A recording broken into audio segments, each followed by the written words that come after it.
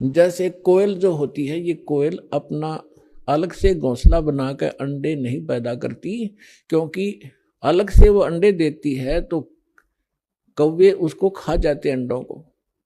वो ऐसे सूझबूझ से अपना काम निकालती है। जो मादा काग कौवी कहीं अंडे उत्पन्न कर देती है, उस ताक में रहती है, और जब वो कभी बाहर जाती है अपना आहार करने के लिए, चुग्गा चुगने के लिए, तो पीछे से उसी के घोंसले में अंडे उत्पन्न कर देती। अब वो कभी वापस आती है तो वो 2 के स्थान पर 4 अंडे पाती है, लेकिन वो समझ नहीं पाती है तेरा कौन सा है, दूसरा कौन सा है। तो उन सभी को वो उसको परिवरिश कर देती है, उनसे बच्चे निकाल देती है, और उनमें उसका अपना सा मोह हो जाता है। और वो कभी कोयल सामने देखती रहती है, उनके आसपास रहती है कि कब ये बच्चे उड़ने योग्य हों और फिर इनको मैं साथ ले जाऊं। जब वो देख लेती है कि ये बच्चे कुछ दूर तक उड़कर वापस आने लगे हैं, तब दूर वृक्ष पर बैठ कर अपनी बोली बोलती है, कुहू कुहू की।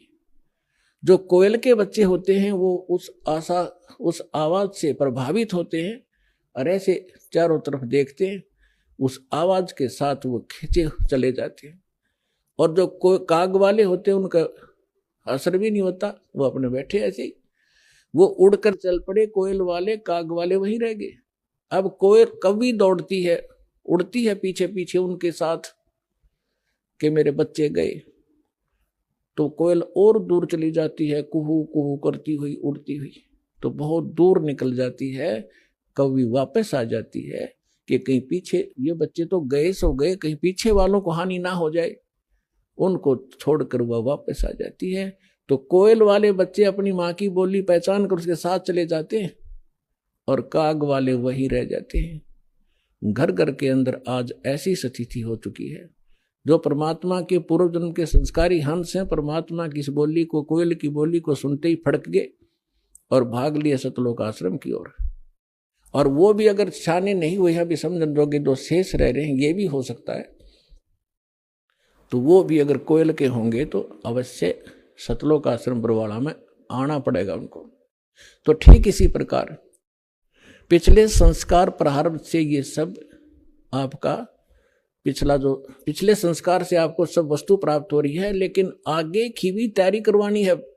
जैसे कागभूषण का पिछला संस्कार नहीं था, ऐसा रीजन बन गया, और उसके ऊपर इतना सत्संग की बौछार होगी, ना चाहते हुए भी उसने वहां रहना था।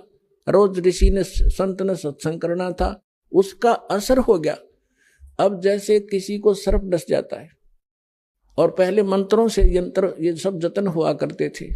गारुड़ एक मंत्र सिद्ध कर लेता है वेद का, और उस मंत्र से फिर वो विष उतारता है।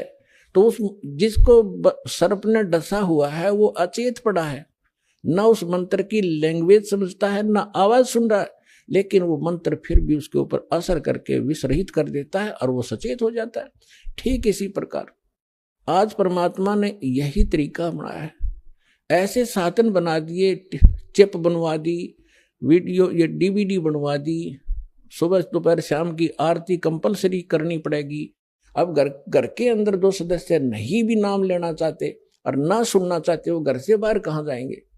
आप अपनी आरती भी कर रहे हो, आप अपना मंत्र जाप भी कर रहे हो, आप परमात्मा की वाणी सत्संग भी चला देते हो देर सवेर, तो